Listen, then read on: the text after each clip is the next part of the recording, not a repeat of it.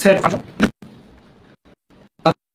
লাইভের লিংকটা একটু আমাদের হোয়াটসঅ্যাপ আছে স্টুডেন্টরা যাতে জয়েন করতে পারে। তো আজকে আমরা পড়ব অধ্যায় 2 সেট টু ফাংশন। প্রথমে আমি একটু বইটা আপনাদের দেখাবো,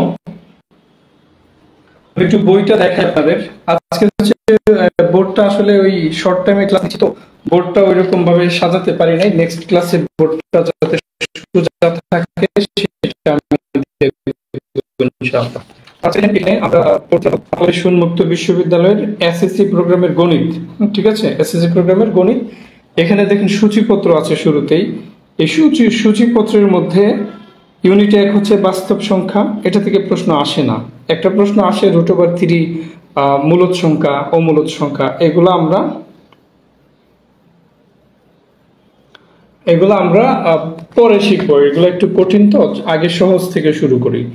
তো ইউনিট 2 হচ্ছে সেট টু ফাংশন, ইউনিট 3 বীজগাণিতিক রাশি। এইভাবে দেখতে হচ্ছে ইউনিট 17 হচ্ছে পরিসংখ্যান। টোটাল 17টা চ্যাপ্টার আছে। বইটা কিন্তু মোটামুটি একটু মোটা আছে, অনেক বড় আছে বইটা। হ্যাঁ, তো এই বইটা আমরা পড়বো ইনশাআল্লাহ। এই বইটা পড়ে আপনাকে পরীক্ষায় পাশ করতে হবে। ঠিক আছে, আমি মানে যোগাযোগ করে দেখবেন যে অনেক মানুষ অনেকভাবে মানে না পড়ে পাশ করার চেষ্টা করেছে বিভিন্নভাবে। আগের সময় আর এখন নাই, আগেও ছিল কিনা আদৌ আমার জানা নাই, বাট ফেল করেছে, 100% ফেল করেছে। তো এই কারণে বলছি যে নিজে পড়াশোনা করে শিখেন, নিজে নিজে পরীক্ষা দিয়ে পাশ করেন, এটা হচ্ছে আপনার কৃতিত্ব, এটা হচ্ছে আপনার কৃতিত্ব। তো এইখান থেকে আমরা যেহেতু প্রতি বছর পড়াই, আমরা 17টা চ্যাপ্টার পড়বো না, আপনাদেরকে সহজ করে দিব। যেমন ইউনিট 2 সেট ও ফাংশন, ইউনিট 3 বীজগাণিতিক রাশি। বীজগণিত থেকে এই দুইটা চ্যাপ্টারই পড়বো। যদি পরে সময় পাই তাহলে আমরা ওই যে ইউনিট 8 আছে একটা সসীম ধারা পড়বো, এরপরে যদি সময় পাই সুযোগ এই 4টা চ্যাপ্টারই পড়বো। বাট আপাতত টার্গেট হচ্ছে 2টা। বীজগণিত শেষ করার পরে আমরা পড়বো পরিসংখ্যান, কারণ পরিসংখ্যান থেকে প্রতি বছর পরীক্ষায় প্রশ্ন আসে, পরিসংখ্যান পড়বো।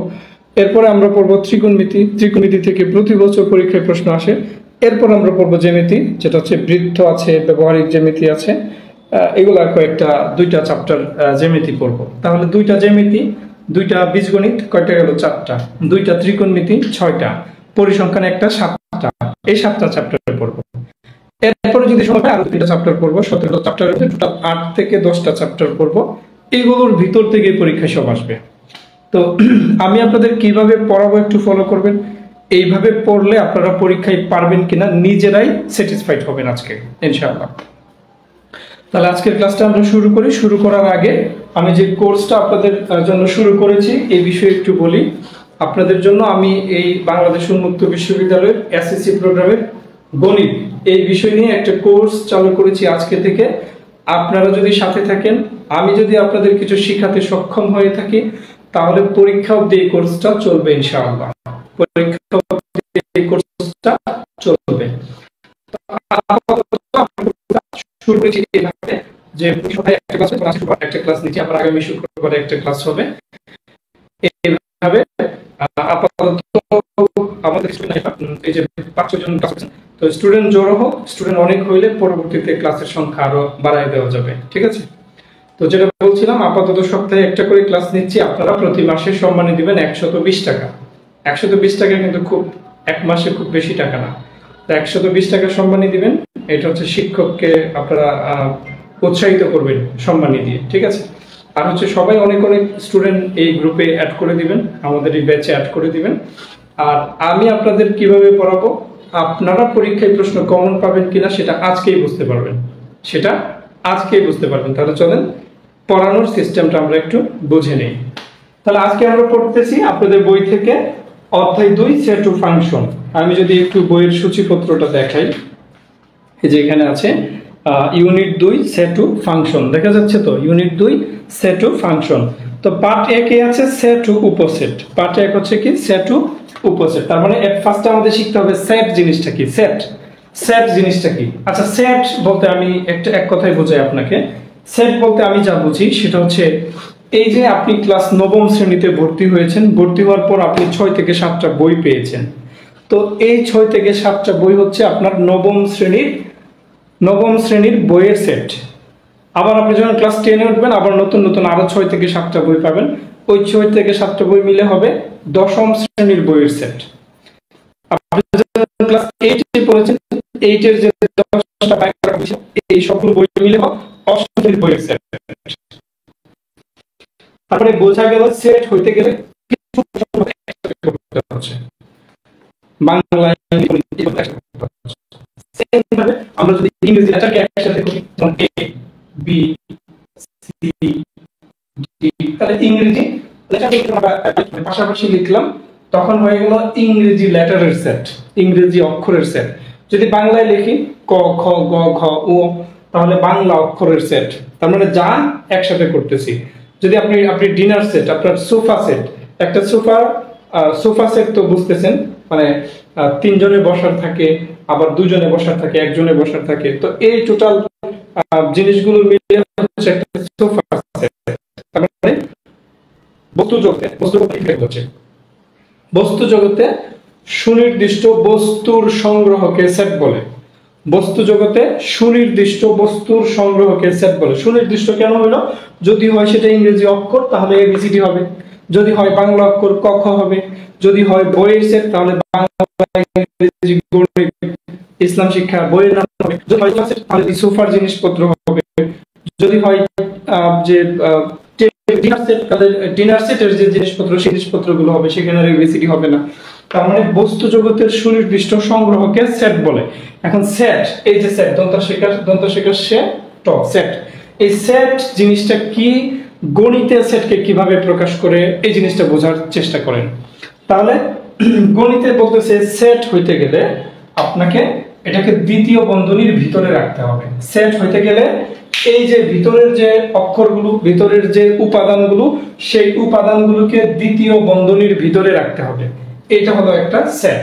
তাহলে এর আগে আমি লিখেছিলাম এ বি সি ডি, তার মানে এটা সেট না। আমি আবার লিখি 1 2 3 4, 1 2 3 4 লিখলাম, এটাকে সেট বলা যাবে না।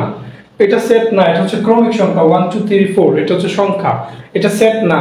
কিন্তু যখনই এই সংখ্যাগুলোকে আমরা দ্বিতীয় বন্ধনী দ্বারা মোড়াইয়া দিব, দ্বিতীয় বন্ধনী দ্বারা আবদ্ধ করে দিব, তখন এটা হয়ে গেল একটা সেট। তখন এটা হয়ে গেল কি একটা সেট। এই সেটের নাম কি? এই সেটের নাম আমরা জানি না, এই সেটের নাম আমরা জানি না। তাহলে সেটকে কিভাবে প্রকাশ করে? ইংরেজি বড় হাতের অক্ষর দ্বারা সেটকে প্রকাশ করা হয়। আমি কিন্তু এবার অঙ্ক বোঝাচ্ছি। ইংরেজি বড় হাতের অক্ষর দ্বারা সেট প্রকাশ করা হয়। যেমন আমি যদি এখানে লিখি a ইকুয়াল টু 1 2 3 4, 1 2 3 4টা দ্বিতীয় বন্ধনীর ভিতরে আছে, তার মানে এই 1 2 3 4 হচ্ছে একটা সেট। এই সেটের নাম হচ্ছে এ সেট, এই সেটের নাম হচ্ছে এ সেট। উপরে আমি এ বি সি ডি লিখেছি না, এটাকে যদি আমি সমান দিয়ে বি লিখি, এটাকে যদি সমান দিয়ে বি লিখি, তাহলে এই সেটের নাম হলো বি সেট। তাহলে এ সেট সমান 1 2 3 4 আর বি সেট সমান এ বি সি ডি। এবার সেট জিনিসটা কি আপনারা বুঝতে পারছেন? সেটের সংজ্ঞাটা কি আপনারা বুঝতে পারছেন?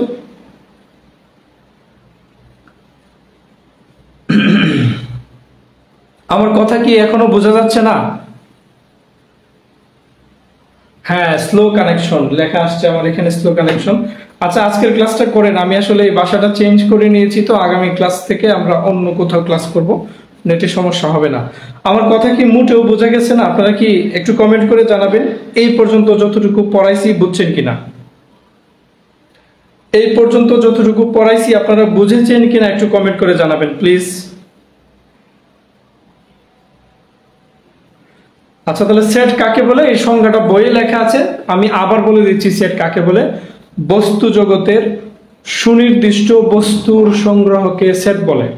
বস্তু জগতের সুনির্দিষ্ট বস্তুর সংগ্রহকে সেট বলে। তো সেটকে কি দ্বারা প্রকাশ করা হয়? ইংরেজি বড় হাতের অক্ষর দ্বারা সেটকে প্রকাশ করা হয়। আর সেটের উপাদানকে কিভাবে প্রকাশ করা হয়? দ্বিতীয় বন্ধনীর ভিতরে কমা দিয়ে দিয়ে প্রকাশ করা হয়।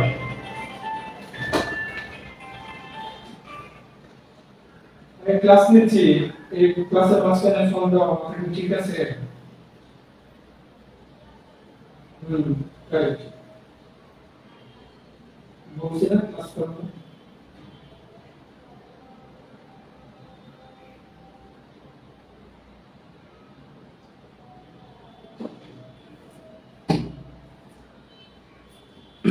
আচ্ছা, তাহলে সেট জিনিসটাকে আপনারা এখন দেখলে চিনতে পারবেন, সেট চিনতে পারবেন দেখলে।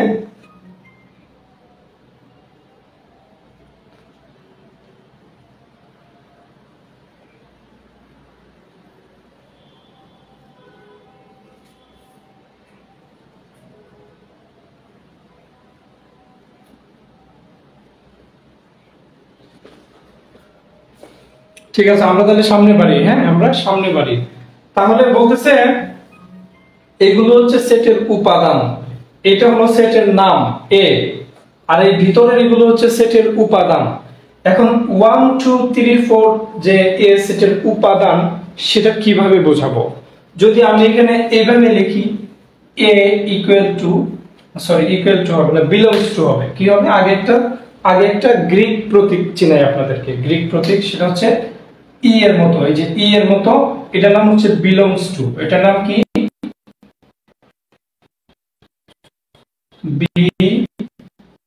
বিলংস টু, এপসিলন বলা হয়, এপসিলন। আচ্ছা, এটাকে আমরা বিলংস টু বলে থাকি। হ্যাঁ, এটা বিলংস টু। আর যদি এই উপাদানটা এখানে থাকার পর মাঝে এটা থাকে, তাহলে হবে নট বিলংস টু বা ডাজ নট বিলংস টু হবে, ডাজ নট বিলংস টু। তাহলে এটার নাম হচ্ছে বিলংস টু, আর এটার নাম হচ্ছে ডাজ নট বিলংস টু। আমরা সংক্ষেপে বলি নট বিলংস টু। কি বলি? Not belongs to. এই দুইটা নাম শিখেন, belongs to, not belongs to, belongs to, not belongs to. আচ্ছা, এবার কোনটা দিয়ে কি বোঝাচ্ছে? কোনটা দিয়ে কি বোঝাচ্ছে? আমি যদি এখানে লিখি এ বিলংস টু 2, তাহলে বুঝতে হবে এই 2 হচ্ছে এ এর উপাদান। এই যে 1 2 3 4 এই চারটার মধ্যে 2 কিন্তু একটা উপাদান। তাহলে 2 কার উপাদান? এ সেটের উপাদান। তাহলে 2টা হলো এ এর উপাদান, 2টা হলো এ এর উপাদান। তাহলে এ বিলংস টু 2 এরকম যদি আপনি পান, আপনি বুঝবেন এ 2 হলো এ এর উপাদান, 2 হলো এ সেটের উপাদান। আমি যদি লিখি এখানে এ নট বিলংস টু 5, তাহলে কি বুঝতে হবে? যে 5 এ সেটের উপাদান নয়, এ নট বিলংস টু 5, মানে 5 হলো এ সেটের উপাদান নয়, 5 হলো এ সেটের উপাদান নয়। তাহলে কোনটা ওই সেটের উপাদান সেটা বোঝাতে আমরা বিলংস টু ব্যবহার করে থাকি, আর কোনটা উপাদান নয় সেটা বোঝাতে আমরা নট বিলংস টু ব্যবহার করে থাকি। আচ্ছা, এবার আসেন, আমরা প্রথমে শিখেছি সেট কাকে বলে। বস্তু জগতের সুনির্দিষ্ট বস্তু সমূহের সংগ্রহকে সেট বলে, সংজ্ঞা শেষ। এরপরে শিখব সেট প্রকাশের পদ্ধতি। সেট প্রকাশের পদ্ধতি। তাহলে সেট প্রকাশের পদ্ধতি কয় ধরনের? দুই ধরনের। কয় ধরনের? দুই ধরনের। এক হচ্ছে তালিকা পদ্ধতি, এই নামগুলো মুখস্থ করেন। তালিকা পদ্ধতি। আর দুই হলো কি? সেট গঠন পদ্ধতি।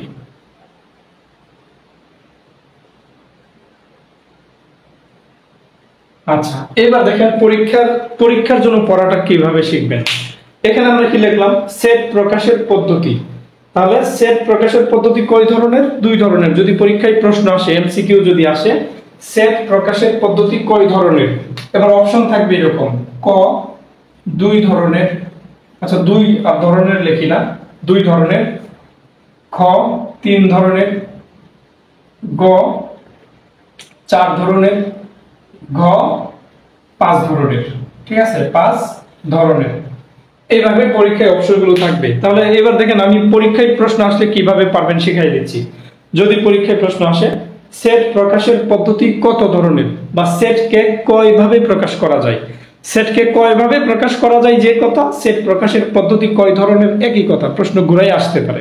প্রশ্ন যদি ঘুরাই আসে সেটকে কতভাবে প্রকাশ করা যায়, উত্তর দুই ভাবে, তিন ভাবে, চার ভাবে, পাঁচ ভাবে। কতভাবে হবে উত্তর কমেন্টে লেখেন তো দেখি।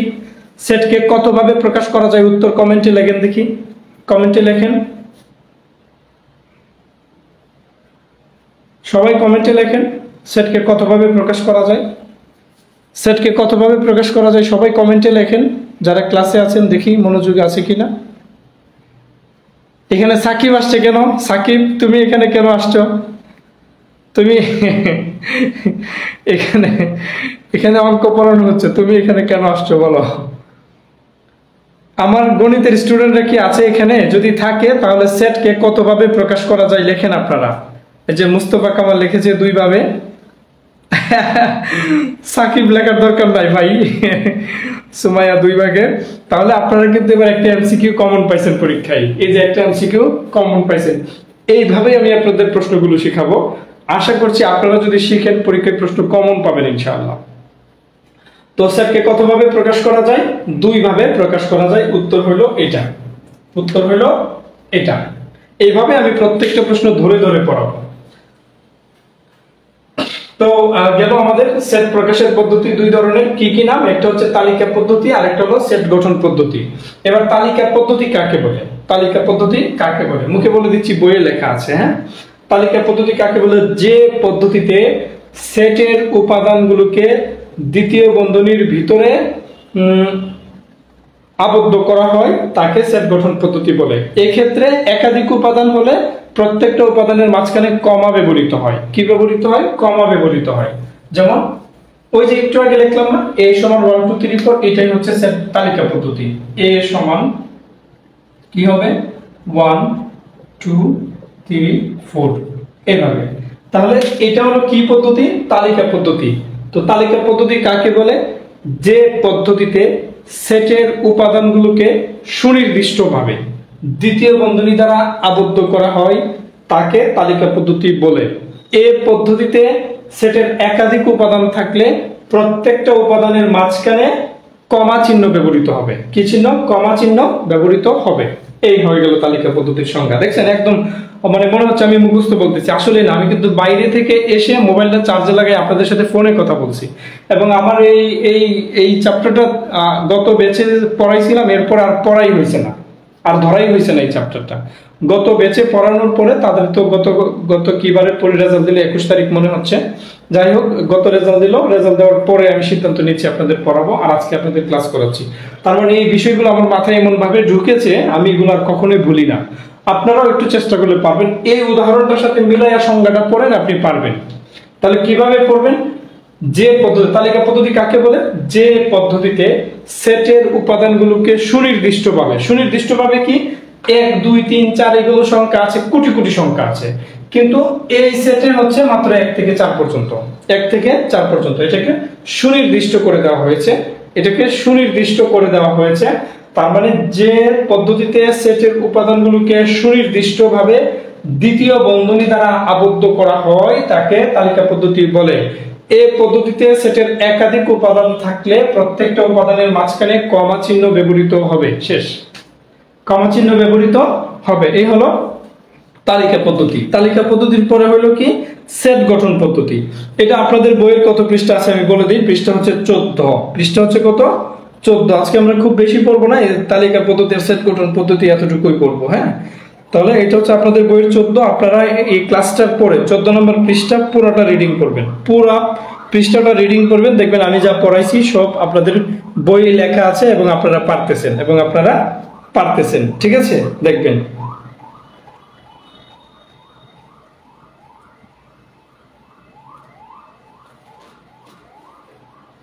আচ্ছা, তাহলে 2 নাম্বার ছিল কি?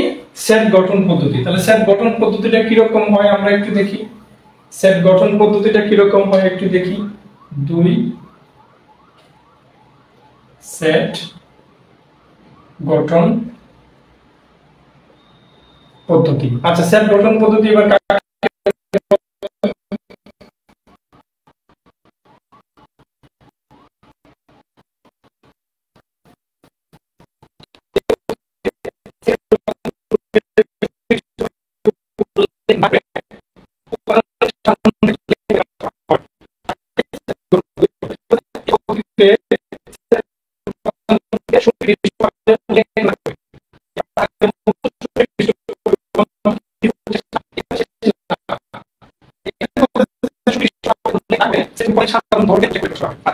গঠন পদ্ধতি বলা হয়।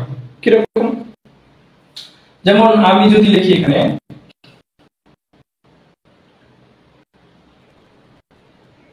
এটা x লিখতে চাচ্ছিলাম, x এটা নাম দুইটা ফোঁটা, তো এই দুইটা ফোঁটার নাম হলো সাচ দ্যাট, আর সাচ দ্যাট এর বাংলা অর্থ হলো যেন, x such that x belongs to n, এটা। তাহলে আমি এখানে একটা দ্বিতীয় বন্ধনী দিলাম, দিয়ে এখানে একটা কমা দিলাম, দিয়ে আমি লিখব a equal to, কি লিখলাম, a equal to, আমরা জানি কোন সেট হইতে গেলে কি করতে হবে, দ্বিতীয় বন্ধনী লাগবে, দ্বিতীয় বন্ধনী লাগবে। তাহলে দেখেন এখানে a সমান,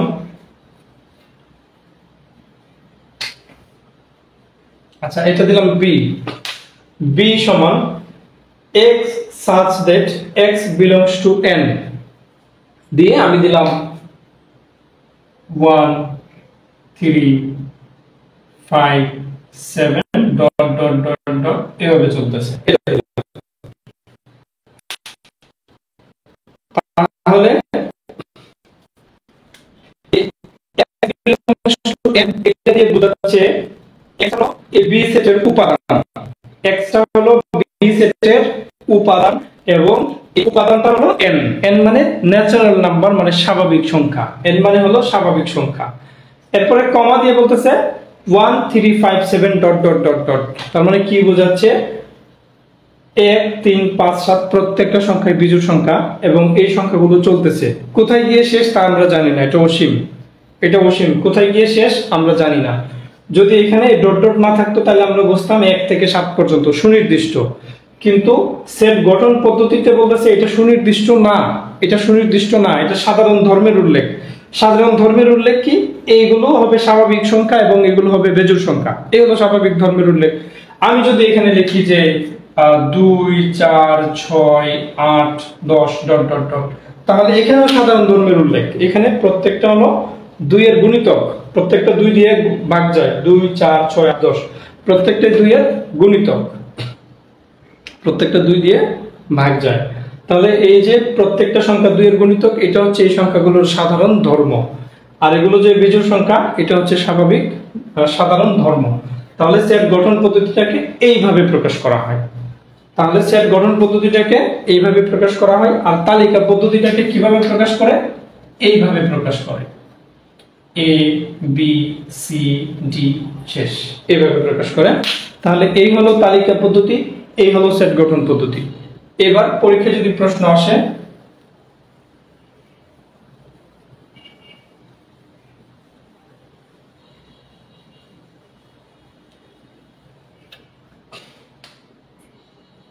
এবার পরীক্ষায় যদি প্রশ্ন আসে নিচের, এটা চ, নিচের কোনটি তালিকা পদ্ধতি,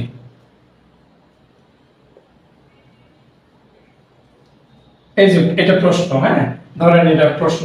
এবার অপশন ক a সমান ab, খ a সমান, ধরেন কিছুই দিল না, 1 3 ডট ডট ডট ডট, মানে এটা কিন্তু সুনির্দিষ্ট না, তালিকা পদ্ধতিটা হবে সুনির্দিষ্ট, a আর b দিয়ে একটা সেট আর নাই, আর এটা হলো ডট ডট মানে এটা শেষ না, আরো আছে। আচ্ছা, তারপরে ধরেন গ তে এসে ধরেন a belongs to xy, আর ধরেন গ এখানে এসে বলতেছে কি a does not belongs to ab, দিল আর কি, ব্যতিক্রম অপশন দিল। তাহলে এখানে ক খ গ ঘ উত্তর কোনটা হবে, গ ঘ উত্তর কোনটা হবে, সবাই লেখেন তো কমেন্টে দেখি, ক খ গ ঘ এগুলোর মধ্যে উত্তর কোনটা হবে, সবাই কমেন্টে লেখেন, কমেন্টে লেখেন উত্তর কোনটা আসবে।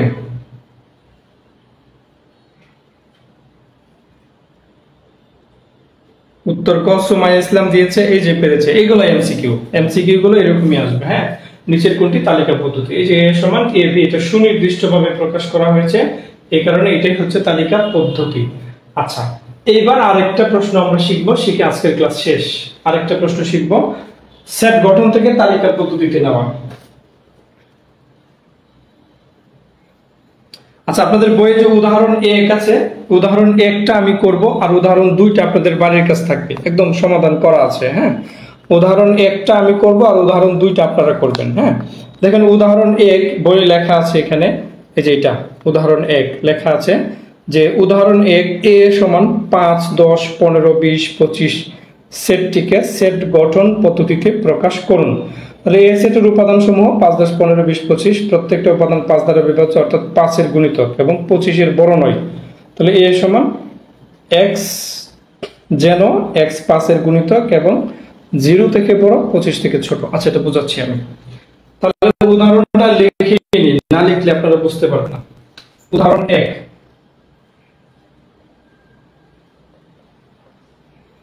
উদাহরণ 1, উদাহরণ 1 এ বলতেছে a সমান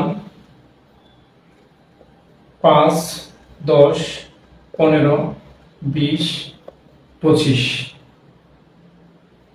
আচ্ছা, এটা লিখলাম। হ্যাঁ, সবার কাছে বই আছে আশা করি। এটাকে বলতেছে সেটটিকে সেট গঠন পদ্ধতিতে প্রকাশ করুন। আচ্ছা, একটু বোঝার চেষ্টা করেন আপনারা।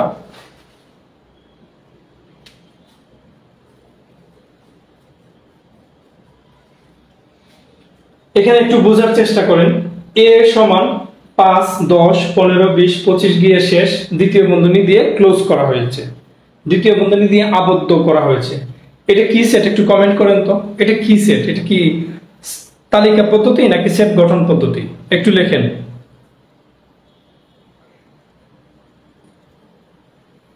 হ্যাঁ, জুম অ্যাপে ক্লাস নিব ভাই। আজকের ক্লাসটা প্রথম ক্লাস, তো আজকের প্রথম ক্লাসটা যাতে সবাই পায় এই কারণে একটু ফেসবুকে করছি। হ্যাঁ, আমরা জুম অ্যাপসে ক্লাস নিব। এর আগের ক্লাসগুলো আমরা জুম অ্যাপসে নিয়েছি, আপনাদের ক্লাসও জুম অ্যাপসে নিব। এখানে একটু কমেন্ট করেন সবাই।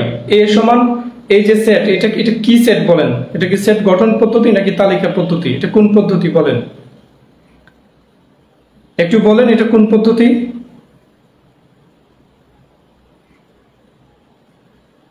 তালিকা পদ্ধতি। গুড। এই যে আমি একজন ভালো স্টুডেন্ট পেয়ে গেছি। হ্যাঁ, যারা বলতেছে তালিকা পদ্ধতি, হ্যাঁ গুড, 2 জন ভালো স্টুডেন্ট পেয়ে গেছি। যারা কমেন্ট করতেছেন তারা কিন্তু বুঝতেছে। আচ্ছা, তাহলে আমরা একটু সামনে বাড়ি। এটা হচ্ছে তালিকা পদ্ধতি। আপনারা তো টেন্স পড়ছেন, প্রেজেন্ট ইনডেফিনিট থেকে পাস্ট ইনডেফিনিট রূপান্তর, চেঞ্জ করা। এটাও সেম। এটা তালিকা পদ্ধতি থেকে আমরা সেট গঠন পদ্ধতিতে নিব, তালিকা পদ্ধতি থেকে আমরা সেট গঠন পদ্ধতিতে নিব। তাহলে আমরা লিখব এ সেটের উপাদান সমূহ হলো এই উপাদানগুলো লিখব আমরা। এ সেটের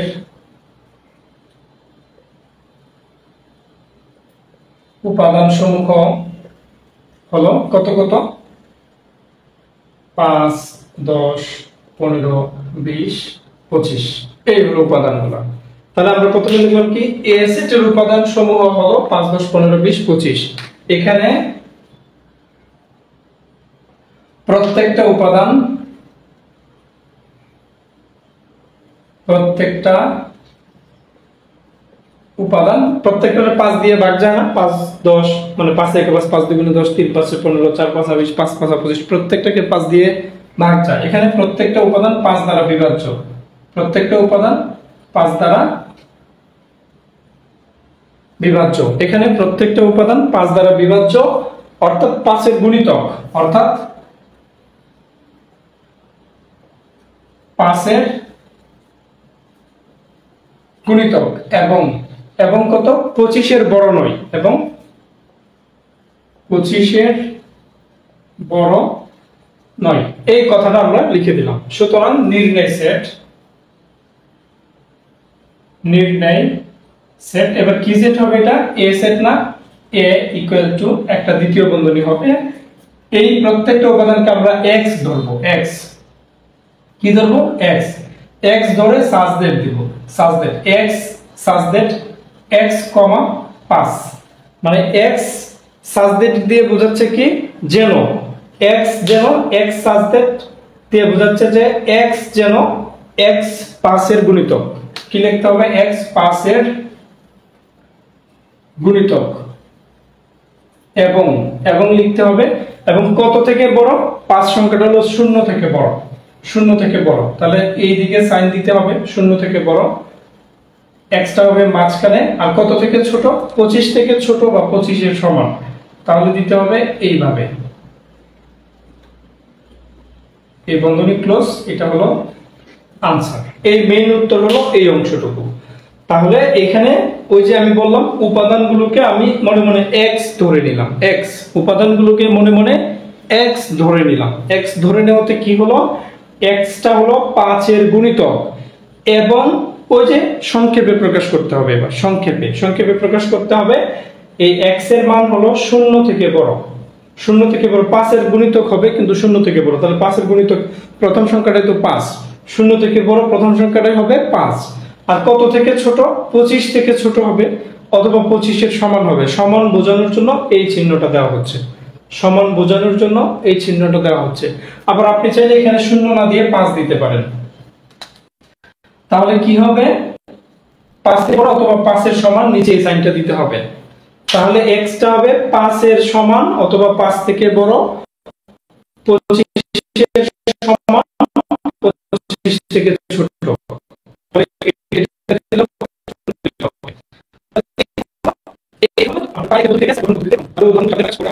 গ্রুপে হোমওয়ার্ক জমা দিবেন, আর 14 নম্বর পৃষ্ঠা আর 15 নম্বর পৃষ্ঠা আপনারা নিজেরা রিডিং করে নেবেন। তাহলে আজকের ক্লাসে এতটুকুই রইল, আমি ক্লাস কেটে দিচ্ছি, ঠিক আছে।